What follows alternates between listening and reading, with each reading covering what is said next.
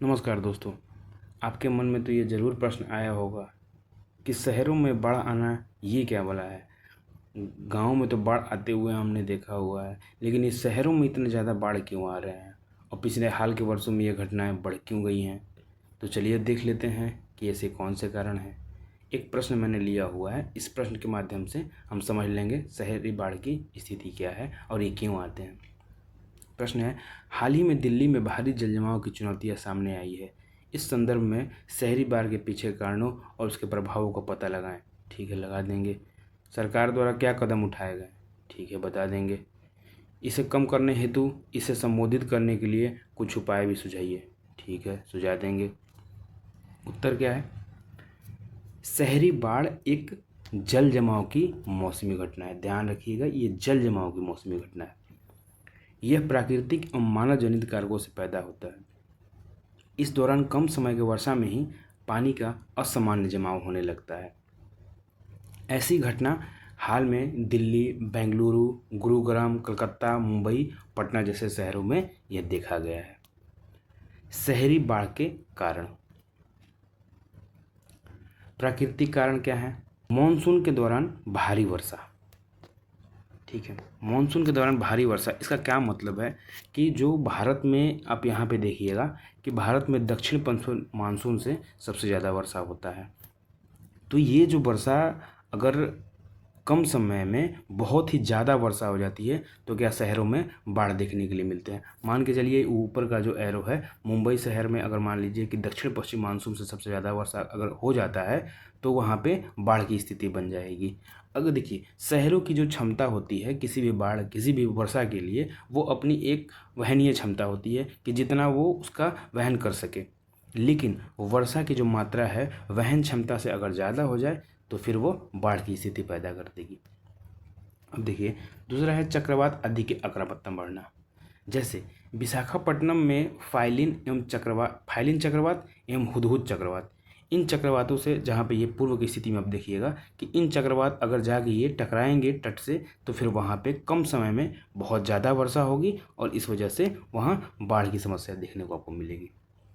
नदी मार्ग में परिवर्तन होना, ठीक है, जैसे यहाँ देख लीजिए बिहार में आप जाइएगा तो कोसी का जो नदी है वो मार्ग में हमेशा उसका परिवर्तन होते रहता है। इस वजह से मधुबनी, सुपौल, सहरसा, इन जो ज़िले हैं वहाँ के, इन ज़िलों में आपको, इनके ज़िलों के शहरी क्षेत्रों में आपको बाढ़ की स्थिति देखने को मिलेगी दोस्तों। अब देख लिए, प्राकृतिक कारण तो हमने देख लिया, अब मानव जनित कारण भी देख लेते हैं कि क्या कारण है। देखिए, मानव जनित कारण देख लेते हैं। मानव जनित कारण जो है इसमें सबसे ज़्यादा रिस्पॉन्सिबल है दोस्तों। देखिए, वनों की कटाई, जैसे हाल में दिल्ली रीज में वन कटाई की गई है। महाराष्ट्र में मेट्रो परियोजना के लिए अरे जंगल की कटाई गई है। इसलिए अरे जंगल में देखेंगे कि हम लोग अभी कुछ समय पहले बॉलीवुड के सेलिब्रिटी लोग को भी हमने देखा था कि यहाँ पे वो प्रदर्शन कर रहे थे इसके लिए, अरे जंगल की कटाई को रोकने के लिए। ठीक है, तो इन जंगल की अगर कटाई की जाएगी तो ये जंगल जो होते हैं क्या होते हैं कि ये नेचुरल ऑब्जर्वर होते हैं, पानी को सोख के रखते हैं। अगर वहाँ पे जंगल कटाई हो जाएगी तो फिर क्या हो जाएगा, अवसंरचना का निर्माण होगा। अवसंरचना के निर्माण होने से क्या होगा कि जल जो पास करने का जो जगह है वो ख़त्म हो जाएगा और इस वजह से क्या होगा, शहरों में बाढ़ की स्थिति देखने को मिलेगी। जल निकायों का अतिक्रमण, देखिए ये एक बहुत ही अहम कारण है, ये जल निकायों का अतिक्रमण, और ये सबसे ज़्यादा देखा जा रहा है। जैसे कि अध्ययन में क्या पता चला है कि भारतीय शहरें जो हैं 70 से 80% तक जल निकायों का 40 वर्षों में खो चुकी हैं। यानी जितने जल निकाय थे वो 40 वर्षों में उन्होंने खो दिया है जल निकायों को। यानी क्या हो गया है, उनका अतिक्रमण हो गया है। आपने देखा होगा दोस्तों कि किसी भी शहर में आप चले जाइएगा तो वो शहर का जो नदी का किनारा है धीरे धीरे धीरे धीरे धीरे आपको नदी को भरते भरते भरते भरते वो नदी तरफ भी अपना निर्माण करने लगते हैं। जैसे कि पर्यटन वगैरह का, होटल वगैरह सब निर्माण करते करते नदी का जो किनारा है उसको अतिक्रमण कर लेते हैं।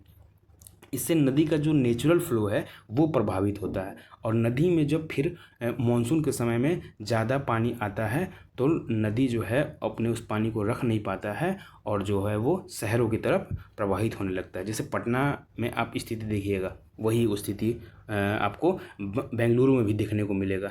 जैसे वहाँ पे पिनाकिनी नदी है, बेंगलुरु में आपको पिनाकिनी नदी को देखना पड़ेगा। यहाँ पे पिनाकिनी नदी का बहुत ज़्यादा शहरीकरण के कारण अतिक्रमण हुआ है। इस वजह से क्या होता है कि उस नदी का अतिक्रमण करने की वजह से वो नदी जो है एक नहर की तरह कर दिया गया उस नदी को अतिक्रमण कर करके। और वो नदी में जब बाढ़ के समय में नेचुरल फ्लो आया तो फिर वो उसका वहन क्षमता से ज़्यादा हो गया नदी के, वो फिर वो क्या है कि नदी का जो जल है, जो अतिरिक्त जल है, वो कहाँ शहरों की तरफ प्रवाहित हो गया और शहरों में बाढ़ देखने को बेंगलुरु में आपको मिलेंगी।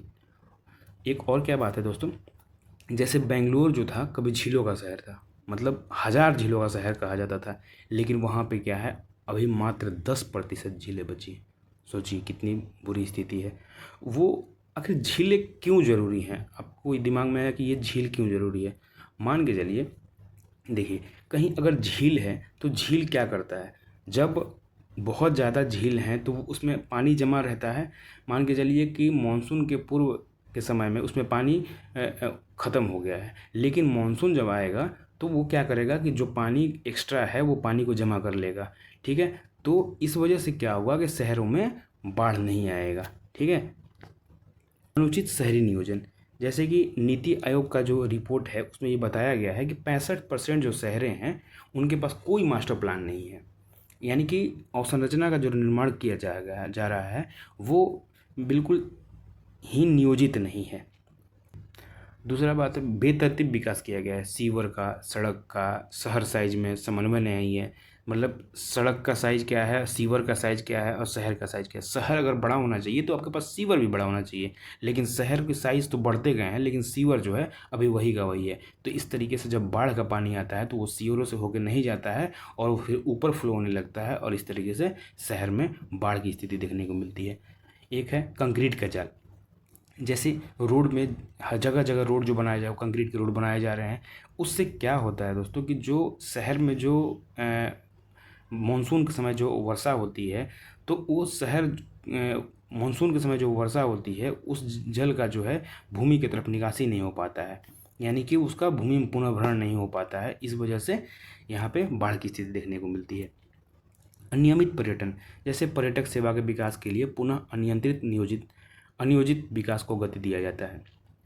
जैसे केरल में अष्टमुडी झील का प्रदूषण, अष्टमुडी झील में वहाँ पे पर्यटन को बहुत ज़्यादा विकास किया गया तो इसलिए वहाँ पे अतिक्रमण बढ़ा और इसकी वजह से वहाँ प्रदूषण बढ़ा, इसकी वजह से फिर बाढ़ की स्थिति उत्पन्न हुई है। संस्थाओं के बीच समन्वय का अभाव है एवं जन भागीदारी की कमी है, जैसे केंद्र, राज्य, स्थानीय निकाय, प्राइवेट प्लेयर, नागरिक, इनके बीच में आपको एक समन्वय देखने को नहीं मिलेगा, इसलिए और भी ये स्थिति और ख़राब हो जाती है बाढ़ की। शहरी बाढ़ के प्रभाव क्या हैं दोस्तों, ठीक है, शहरी बाढ़ के प्रभाव क्या हैं।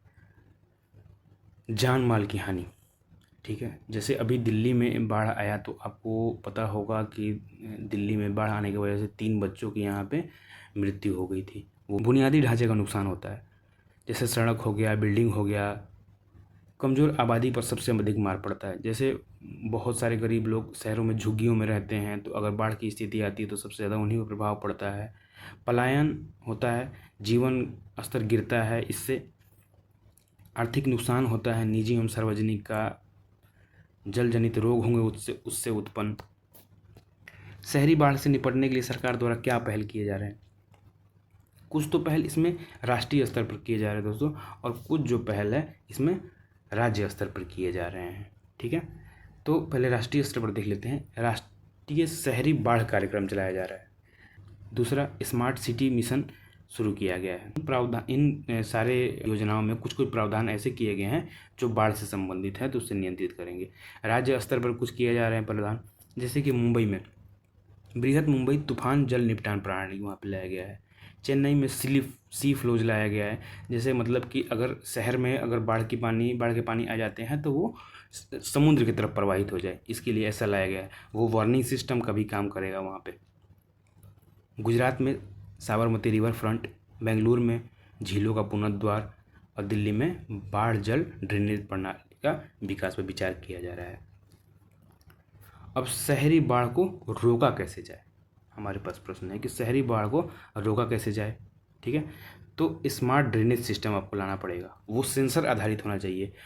और रियल टाइम मॉनिटरिंग होना चाहिए। जैसे कि मान लीजिए कि शहर में किस जगह पे कितना ज़्यादा जल जमाव है, उसकी मॉनिटरिंग उससे हो जाएगी।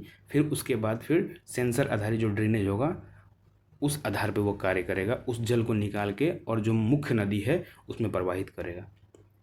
स्पॉन्सिडी अवधारणा, ये देखिए नए प्रकार की अवधारणा है। इसमें क्या किया जाता है कि आप वेटलैंड का विकास करते हैं, बागीचे का, छोटे जंगल का विकास करते हैं कि जो शहरों में अतिरिक्त जो जल आ गए हैं उनका ये अवशोषण कर लेते हैं।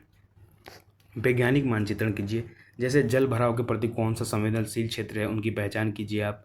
वहाँ पे बाढ़ की स्थिति के निपटने के लिए आपको एक्स्ट्रा कुछ एक्टिविटी करना पड़ेगा। कंक्रीटीकरण से संवहनीय शहरी निर्माण की तरफ बढ़ना पड़ेगा हम लोग को।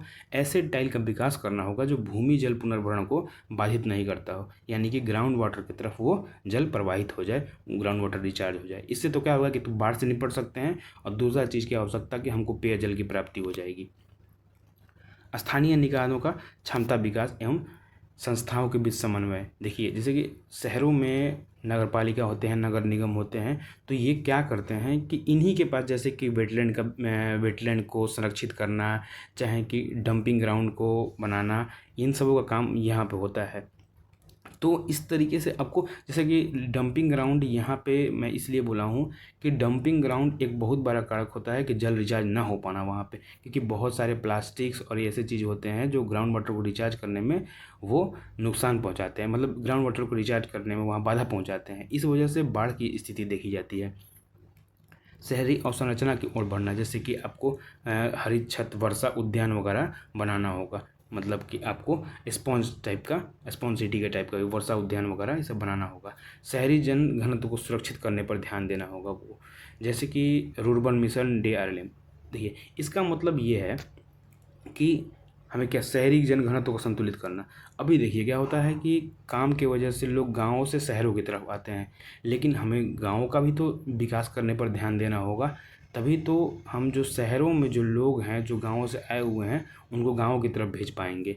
ठीक है, तो इसलिए शहरों का जो जो घनत्व होगा वो कम होगा। अतः यह कह सकते हैं कि शहरी बाढ़ की प्राकृतिक से कहीं अधिक मानवीय हस्तक्षेपों के कारण उत्पन्न हो रहे हैं। इसके लिए हमें एक बेहतर सुनियोजित संपोषणीय शहर विकास मास्टर प्लान लाने की आवश्यकता है।